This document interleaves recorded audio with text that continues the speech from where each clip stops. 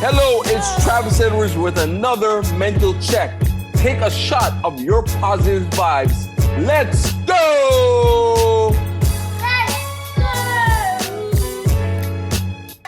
Welcome to another episode of the Mental Check. Take a shot of your positive vibes. Let's go! So today I'm going to be talking about the mental faculty called memory, but we're going to be talking about it in two different standpoints. So I started to study the brain and memory and different parts of our brain. And also I remember listening to my mentor, and he said that our memory is absolutely perfect. And after studying the brain this weekend, I have also discovered that it is pretty much, it can do everything as long as it's functioning properly.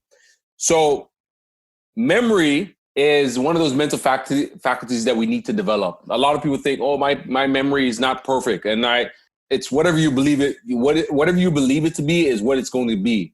But your memory is actually pretty damn good. You just have to practice. And there's one of the things that you can practice, or one of the books you can get is called the memory book. You can look it up after this, the memory book, and help yourself develop your memory. But one way that we can actually, so our memory, the way that we tend to use our memory is that if we're going after our goals is we use it to glance back at the past. Maybe you go back and visit a negative memory and say to yourself, well, I can't be successful with whatever I'm going after because I had this experience. But the way that you're supposed to use memory is to go back and reference something that you were successful in and bring that to the present. Nothing else. Memory is like a rear view mirror. I've said this before. Memory is like a rear view mirror. You just use it to glance back, and that's it. You don't use it for any other purpose. But you want to develop your memory. It's going to make your brain sharper. You're going to become a very sharp human being. Matter of fact, some of the ways that I develop my memory is by remembering small things. I don't usually go to the grocery store with a grocery list at all. I literally go in there and I remember everything I pick up. I know the sections, and I do that. And I constantly do that. And I found that it helps my memory. But what you need to understand is your memory is also tied to your emotional state as well. So if you're in a bad emotional state, or someone pisses you off, maybe someone cut you off in traffic, watch what happens.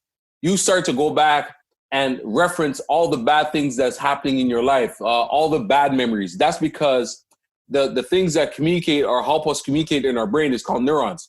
And what your neurons do, they send out electrical activity, they group together, and they reference those memories, and that's where you get those things.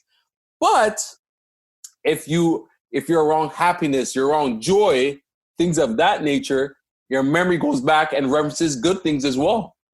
So it's very, very important to make sure that you're feeling good. I told you this for a reason, and I confirmed it this weekend when I was studying the brain. So I'm going to read something to you. The best way to retain new information is to associate it with something emotional.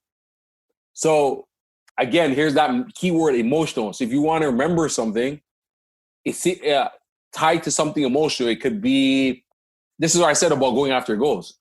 If you want to make a certain amount of money, what I would do is I would associate to something that's not tied to you. It might be for your kids. It could be to help your family. When you start doing that, now you're going to want to be involved with new information.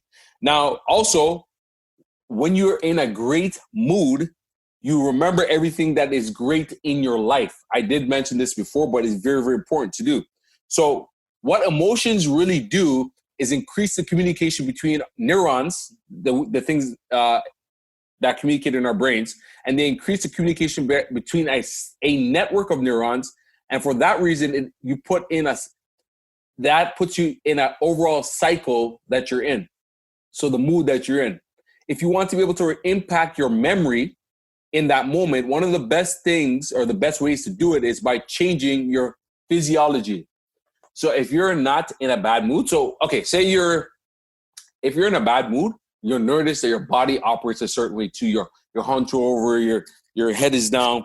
But if you change your physiology, open up your shoulders, have long posture, even just stand up, that changes your physiology. You put on music, that changes your physiology, and then you'll notice that you'll be willing. So it is by moving our body It is by thinking of things that are powerful, that bring joy and happiness, that you will trigger memories that match the mood that you're in. So this is a lot on memory. When I say memory is very, very important for everything, and people that have strokes and things of that nature, usually they can still remember certain things because it's tied to certain emotions. Your memory is perfect, but you have to know how to use it. You need to know how to develop it, and it is practice. I'm going to teach you guys how to remember 10 things right now. Give me 1 second, and I'm going to teach you guys how to remember that. One of my mentors said the best way to remember things is to associate with the ridiculous. Our former mayor, Rob Ford, I met him one time at my old gym. I was running a gym back in Etobicoke, and Rob Ford came in, and I told him my name, and I'm imagining that this guy meets a ton of people on a daily basis. The next time I saw him, he came in with his bodyguard. The second time he came in, he's like, "Hey, Travis." And I was like, how the hell did he do that? After that, I was like, that's impeccable. How do you remember that stuff? So I started getting obsessed with memory.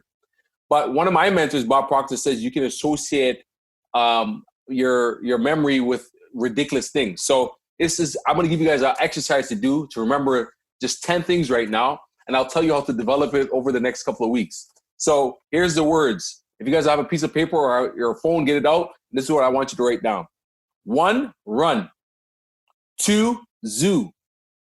3, tree. 4, door. 5, hive. 6, sticks. 7, heaven. 8, gate. 9, wine. 10, den. I'm going to say it again. 1, run. 2, zoo. 3, tree. 4, door. 5, hive. 6, sticks. 7, heaven. 8, gate. 9, wine. 10, den. So I want you guys to practice remembering that over this week. That's your memory exercise for this week. Work on that. And then we're going to show you how you can remember another 10 words on top of that. I'll teach you how to remember 100 words inside of 100 things inside of a week, just by association. Memories, oh my gosh. You guys are going to be shocked with the information that I'm about to teach you. But these are things that I'm constantly working on, things that I'm developing. But remember, these mental faculties, which we haven't gone over every single one in detail, is very, very important. So we got perception, will, imagination, memory, intuition, and reason. And I've also remembered that a certain way too, guys. And so you can also associate your memory with songs, things of that nature. So there's many ways that you can remember things, but you can pick up the memory book and start to work on your memory. It's very, very important. It's very critical to your success.